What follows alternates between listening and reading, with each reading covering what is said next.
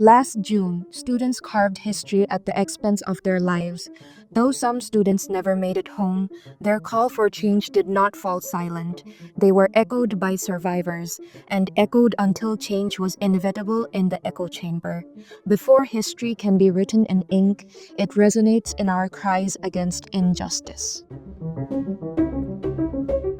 The events that took place in June of 2024 caused a rupture in our reality at the time. From the lens of Karl Marx's dialectical materialism, we can observe that a system opposing the wants of the citizens clashed with a generation's refusal to tolerate injustice.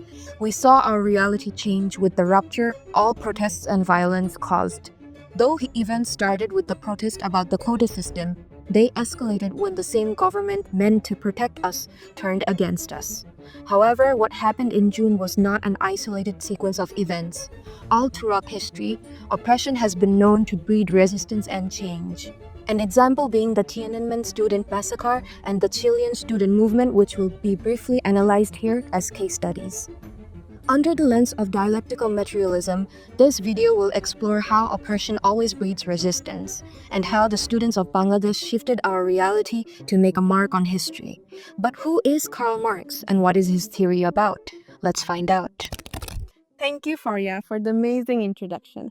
Now let us meet the man of the day, the philosopher, the revolutionary, who sought to uncover the hidden forces shaping the society. And he is none other than Karl Marx. He argued that society is shaped by material conditions, how people live, work, and struggle. Now, the main point of discussion is Marx's dialectical materialism, where dialectical means that change happens through contradiction. But what does that mean? In nature, suppose a caterpillar needs to go through metamorphosis in order to bloom into a butterfly. And metamorphosis isn't an easy process. It requires hardship. Another example could be when pressure builds up and eventually releases. And similarly, society develops through conflict. The conflict between powerful and powerless, the conflict between wealthy and poverty, the conflict between privilege and exclusion. And when this conflict intensifies over time and no longer be contained, society is forced to change. It's like a pressure cooker, as I've mentioned before. The more you try to contain the pressure, the more it will release. Now, building on this very idea, Marx formulated historical materialism, the idea that human history moves forward through material conditions and class struggle. For example, how feudalism ended because the contradictions between lords and peasants became unbearable. You can see how society has changed from the beginning of time, how society is not stagnant. It keeps on changing and changing. From 1793, we have seen in Bangladesh during the Mughal era that the Jomidars used to take money from peasants. And now we can see in the same Bangladesh that capitalism is booming. But capitalism too carries contradiction within it, where the wealthy becomes more wealthy through inequality, exploitation, and oppression, and that eventually sparks resistance and transmutation. Now, last year in Bangladesh, we can see these exact theories in action. The discriminatory quota system, the widespread corruption, and the authoritarian practices, which created a sharp contradiction between the ruling elite and the oppressed. Students who were denied of their fair opportunities became the catalyst of the resistance, and their protests, which were initially focused on one single policy of the discriminatory quota system, escalated into a mass movement demanding systematic change. And now currently we are living in that very change, and change is not easy. Well, that's it from me. Now I will pass the stage to Anand, who will show us that July Uprising is not an isolated incident. Thank you.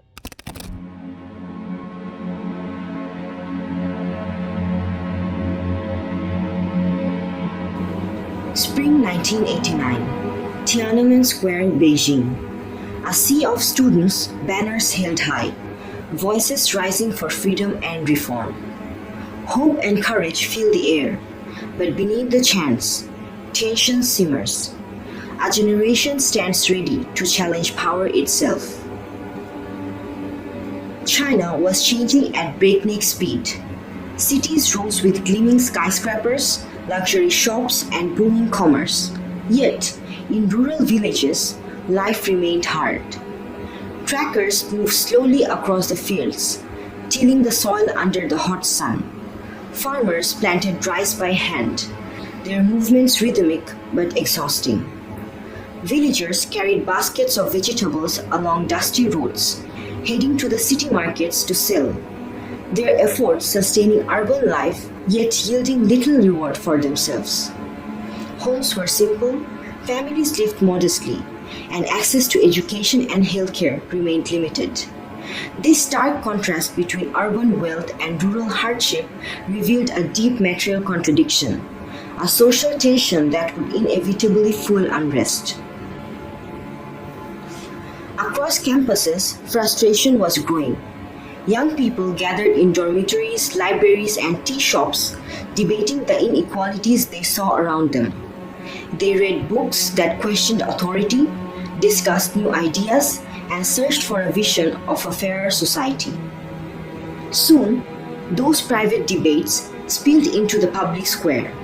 Students rallied, their voices amplified through megaphones and banners.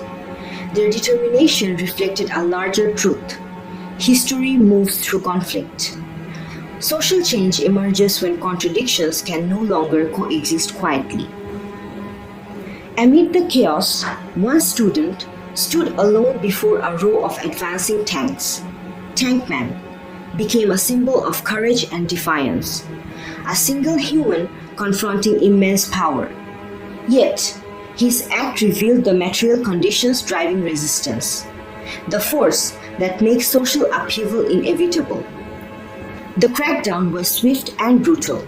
Soldiers clashed with students, gunfire echoed, and the square became a scene of devastation. Lives were lost, voices silenced. Yet, even in destruction, the contradictions remained between authority and freedom, wealth and justice, repression and hope, highlighting the dynamics that Marx identified as engines of historical change. Today, Tiananmen Square is early quiet, a haunting reminder of courage, loss, and the cost of confronting power. Flowers and photographs honor those who stood their ground. The uprising shows that conflict, born from material and social contradictions, drives history forward, leaving lessons for every generation. Imagine being a 19-year-old in Chile. You work hard, you dream of becoming a doctor or a lawyer or a teacher, but when you look at the cost of university, the dreams feel almost impossible. For the majority of families, education meant not opportunity, but decades of debt. This was the reality of Chile back in 2011, and this reality would spark one of the most powerful student movements of 21st century. Chile's education crisis was not born overnight. Its foundation goes back to the 1800s, during the dictatorship of General Augusto Pinochet. His regime privatized the education system, shifting the burden from the state into families. So the result was very obvious. A two-tier system. The rich had the access to the elite private universities. The poor were forced into overcrowded, underfunded schools. It was inequality written into very structure of the society.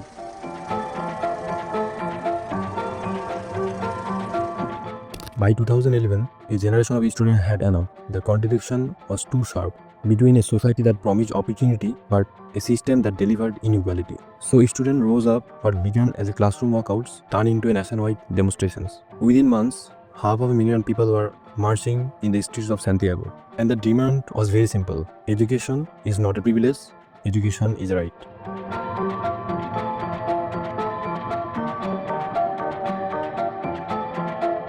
Karl Marx's theory of dialectical materialism tells us that history moves through contradictions, through the struggle between the forces of the old and the demands of the new. In Chile, the ruling system defended privatization and profit, whereas the student, representing the oppressed, demanded equality and justice. This clash was not accidental. It was the material condition of Chile, economic inequality, privatized education, that produced the resistance. In other words, oppression breeds resistance and contradictions drives history forward.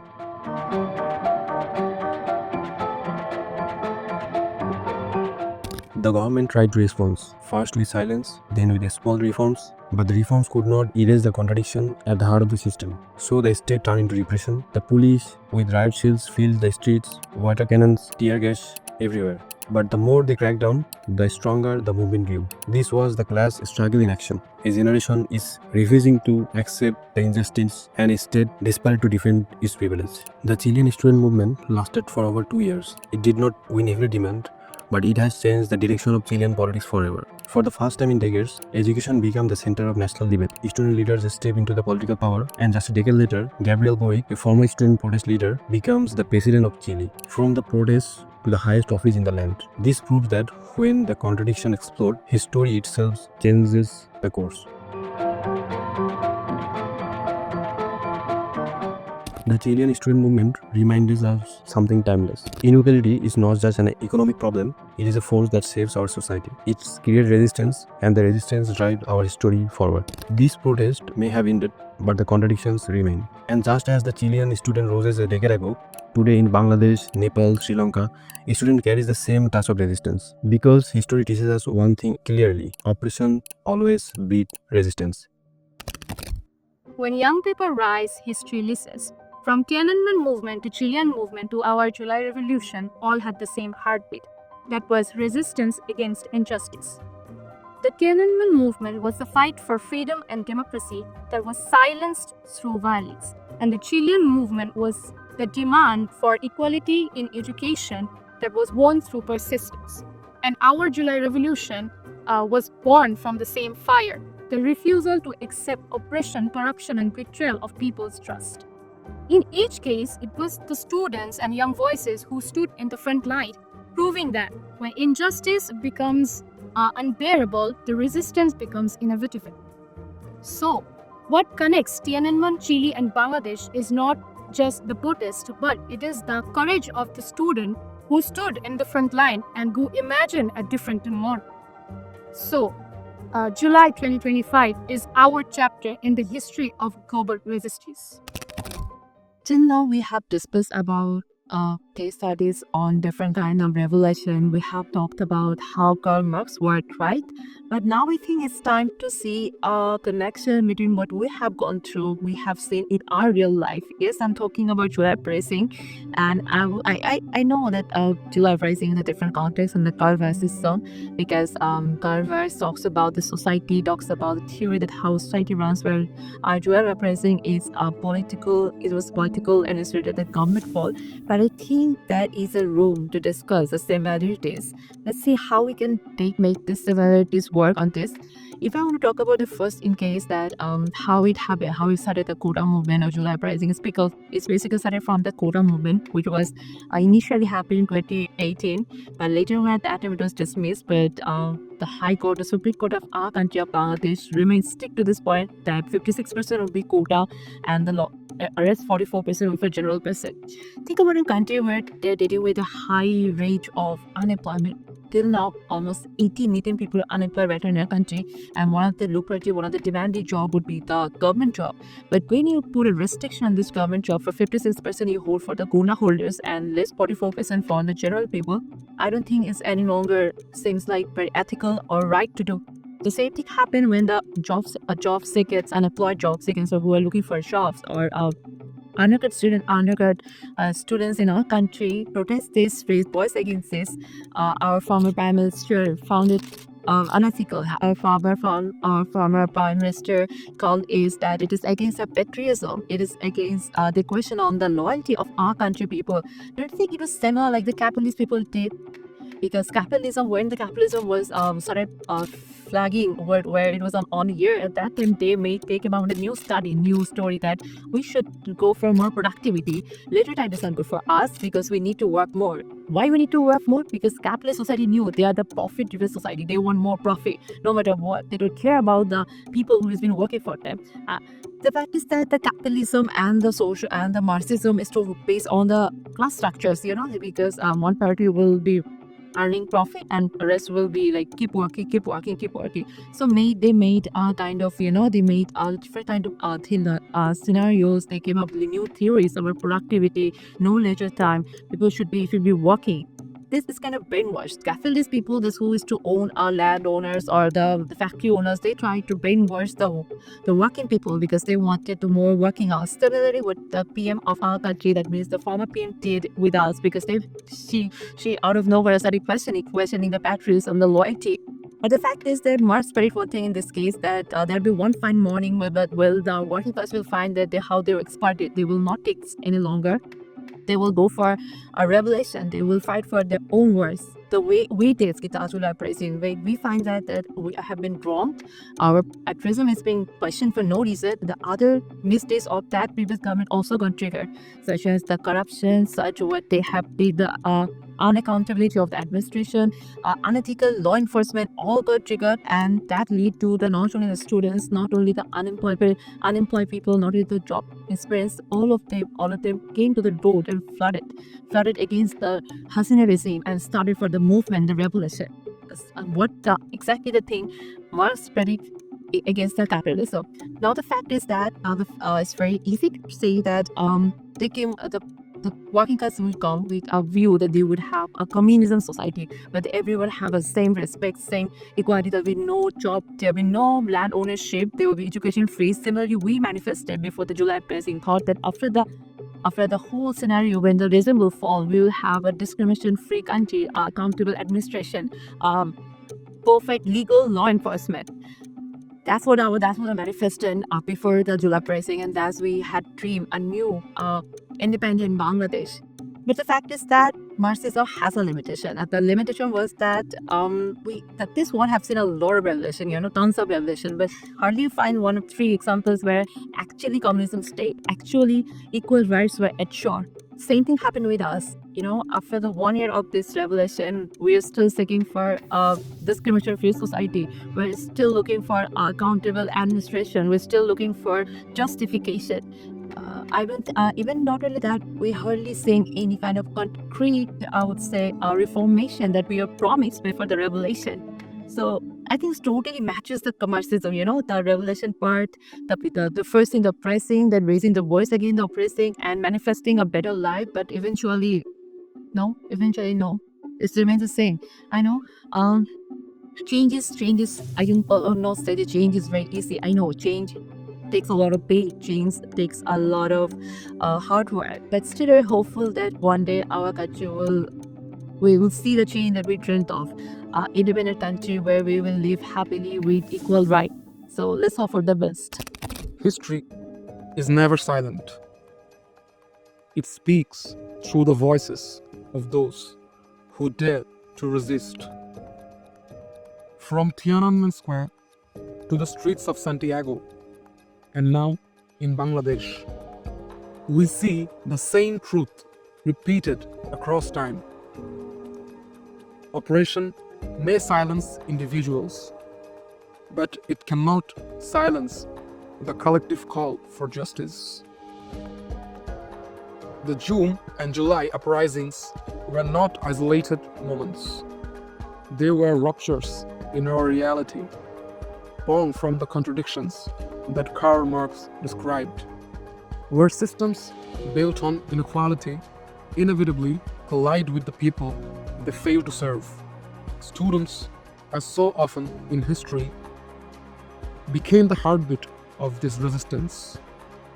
Their courage, their sacrifice, and their unyielding demand for change have carved their place in history. Yet, what matters most is not only what happened, but what happens next. The echoes of these movements remind us that the struggle for justice does not end when the streets fall quiet. Resistance carries forward, generation after generation, reshaping the future with every act of defiance. And so, as we conclude, we turn to the truth that unites every story we have told. Oppression breeds resistance, and resistance, no matter how suppressed, plants the seed of transformation.